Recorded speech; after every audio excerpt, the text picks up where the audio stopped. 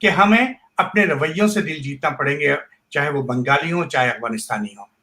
جی قریش صاحب، آپ سے مجھے ایک بات اور پوچھنی ہے پاکستان کے حوالے سے کہ جی پاکستان میں کورونا وائرس کا ایک شور غلغلہ اٹھا ہے اور یہ کہا جاتا ہے کہ پاکستان کی موجودہ حکومت کی وجہ سے یہ معاملہ بہت زیادہ پیچیدہ ہو گیا ہے، جبکہ اور دوسری جگہوں پہ لوگوں نے خاص کے چین نے جو اس کا اتنا دوست ہے، قریبی ملک ہے، پڑوسی بھی ہے، وہاں انہوں نے قابو پا لیا ہے۔ تو آپ کیا سمجھتے ہیں کہ کورونا کے سلسلے میں کیا ہونا چاہیے تھا اور کیا نہیں ہوا؟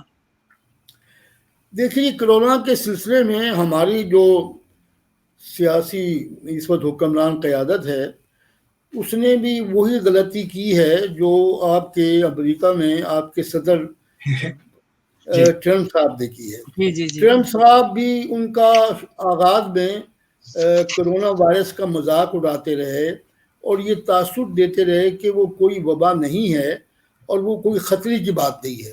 جی جی یہی بات ہمارے وزیر اعظم بھی فرماتے رہے کہ اس سے خوف کھانے کی ضرورت نہیں ہے اور یہ کوئی وبا نہیں ہے اور یہ آپ اس سے زیادہ پریشان نہ ہوں، اور ہمیں اس کو جو ہے لاک ڈاؤن کرنے سے بھی مسائل بہت پیدا ہو جائیں گے اور کرونا پر ہم قابو نہیں پا سکیں گے۔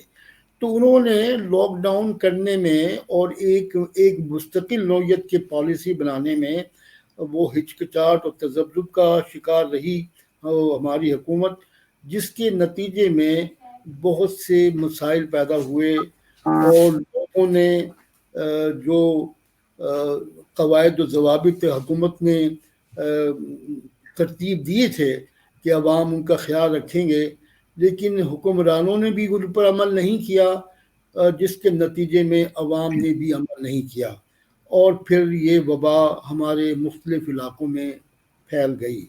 اگر یہ شروع ہی سے اس پر سنجیدگی سے غور کرتے اور ایک مستقل مزاجی سے ایک لاہ عمل تیار کر لیتے تو میرا خیال ہے کہ جتنی وبا پاکستان میں پھیلی ہے اس سے بھی کم پھیلتی، کیونکہ اللہ تعالیٰ نے پاکستان پر خاص فضل کیا ہے کہ جب دنیا میں روزانہ ہزاروں لوگ جو ہیں وہ انتقال کر رہے ہیں، ہمارا اللہ تعالیٰ نے ہم پر یہ فضل کیا ہے کہ ہمارے ہاں اموات کی تعداد بھی بہت کم ہے جی اور جی متاثرین بھی عالمی تعداد کے مقابلے میں بہت کم ہیں۔ اللہ تعالیٰ نے یہ بہت فضل کیا، اس سے ہمیں پورا فائدہ اٹھانا چاہیے تھا، اور میرے خیال میں اب آپ کے صدر ٹرمپ جو ہے وہ بھی صحیح راستے پر آ گئے ہیں، لیکن امریکہ میں یہ وبا پھیلتی جا رہی ہے۔ جی بالکل، بہت زیادہ ابھی بھی پھیل رہی ہے۔ اچھا قریش صاحب، اس سے پہلے کہ میں اختتام کی طرف بڑھوں اور میں اپنا ایک پیغام بھی اپنے سننے والوں کو پہنچاؤں آپ کی موجودگی میں، ایک سوال مجھے آپ سے آخر میں کرنا ہے۔ میں نے آپ کی کتاب ملاقاتیں کیا کیا میں یہ پڑھا ہے کہ آپ نے خود لکھا ہے کہ جتنے انٹرویوز آپ نے کیے جس میں ملکی اور غیر ملکی سربراہان مملکت اور حکومتوں سے آپ نے انٹرویو کیا، کسی نے اس کی کوئی تردید نہیں کی کبھی بھی، سوائے وہ بھٹو صاحب کا جو آپ نے ذکر کیا کہ انہوں نے دستاویزی طور پہ نہیں بلکہ آپ کو زبانی کہا کہ آپ نے آف دی ریکارڈ باتیں چھاپ دی، مگر آپ نے شیخ مجیب الرحمان، بنگلہ دیش کے بانی شیخ مجیب الرحمان صاحب کے بارے میں لکھا ہے ایک جگہ کہ انہوں نے تردید کی اور اختلاف کیا کہ انہوں نے یہ بات نہیں کہی تھی۔ آپ اس کا کیا واقعہ تھا، ذرا بتائیے ہمارے سننے والوں کو۔ وہ واقعہ یہ تھا کہ میں انٹرویو لینے کے لیے غالباً مئی، یہ 1969 کی بات ہے، میں ان کے رہائش گاہ پر گیا انٹرویو لینے کے لیے۔